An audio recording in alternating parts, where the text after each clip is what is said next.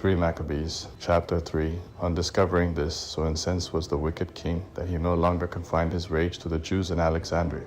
Laying his hand more heavily upon those who lived in the country, he gave orders that they should be quickly collected into one place, and most cruelly deprived of their lives. While this was going on, a hostile rumor was uttered abroad by men who had banded together to injure the Jewish race. The pretext of their charge was that the Jews kept them away from the ordinances of the law. Now the Jews always maintained a feeling of unwavering loyalty toward the kings, yet as they worshipped God and observed his law, they made certain distinctions and avoided certain things. Hence they appeared hateful to some people, although as they adorned their conversation with works of righteousness, they had established themselves in the good opinion of the world. What all the rest of mankind said was, however, disregarded by the foreigners, who said much of the exclusiveness of the Jews with regard to their worship and meats. They alleged that they were unsociable men, hostile to the king's interests, refusing to associate with him or his troops. By this way of speaking, they brought much hatred on them. This unexpected uproar and sudden gathering of people was observed by the Greeks who lived in the city, concerning men who had never harmed them.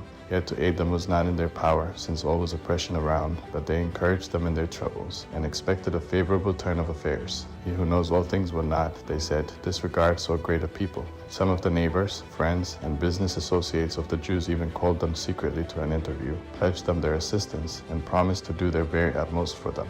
Now the king, elated with his prosperous fortune, and not regarding the superior power of God, but thinking to persevere in his present purpose, wrote the following letter to the prejudice of the Jews. King Ptolemy Philopater, to the commanders and soldiers in Egypt and in all places, health and happiness, and doing well, and so, too, are my affairs. Since our Asiatic campaign, the particulars of which you know, and which by the aid of the gods, not lightly given, and by our own vigor, has been brought to a successful conclusion according to our expectation, we resolved, not with strength of spear, but with gentleness and much humanity, as it were to nurse the inhabitants of Sea of Syria and Phoenicia, and to be their willing benefactors. So, having bestowed considerable sums of money upon the temples of the several cities, we proceeded even as far as Jerusalem, and went up to honor the temple of these wretched beings who never ceased from their folly. To outward appearance they received us willingly, but belied that appearance by their deeds, when we were eager to enter their temple, and to honor it with the most beautiful and exquisite gifts. They were so carried away by their old arrogance as to forbid us the entrance, while we, out of our forbearance toward all men,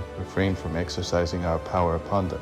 Thus, exhibiting their enmity against us, they alone among the nations lift up their heads against kings and benefactors, as men unwilling to submit to any reasonable thing. We then, having endeavored to make allowance for the madness of these people, and on our victorious return treating all people in Egypt courteously, acted in a manner which was befitting, accordingly bearing no ill will against their kinsmen, but rather remembering our connection with them, and the numerous matters with sincere heart from a remote period entrusted to them, we wished to venture a total alteration of their state by giving them the rights of citizens of Alexandria, and to admit them to the everlasting rights of our solemnities. All this, however, they have taken in a very different spirit. With their innate malignity, they have spurned the fair offer, and constantly inclining to evil, have rejected the inestimable rights. Not only so, but by using speech, and by refraining from speech, they abhor the few among them who are heartily disposed toward us, ever deeming that their infamous way of life will force us to do away with our reform. Having then received certain proofs that these Jews bear us every sort of ill will, we must look forward to the possibility of some sudden tumult among ourselves, when these impious men may turn traitors and barbarous enemies. Therefore, as soon as the contents of this letter become known to you, in that same hour we order those Jews who dwell among you, with wives and children, to be sent to us, vilified and abused, in chains of iron, to undergo a cruel and shameful death, suitable to enemies. For by the punishment of them in one body we perceive that we have found the only means of establishing our affairs for the future on a firm and satisfactory basis. Whoever protects a Jew, whether it be old man, child, or nursing baby, shall with his whole house be tortured to death. Whoever informs against the Jews, besides receiving the property of the person charged, shall be presented with 2,000 drachmas from the royal treasury, shall be made free,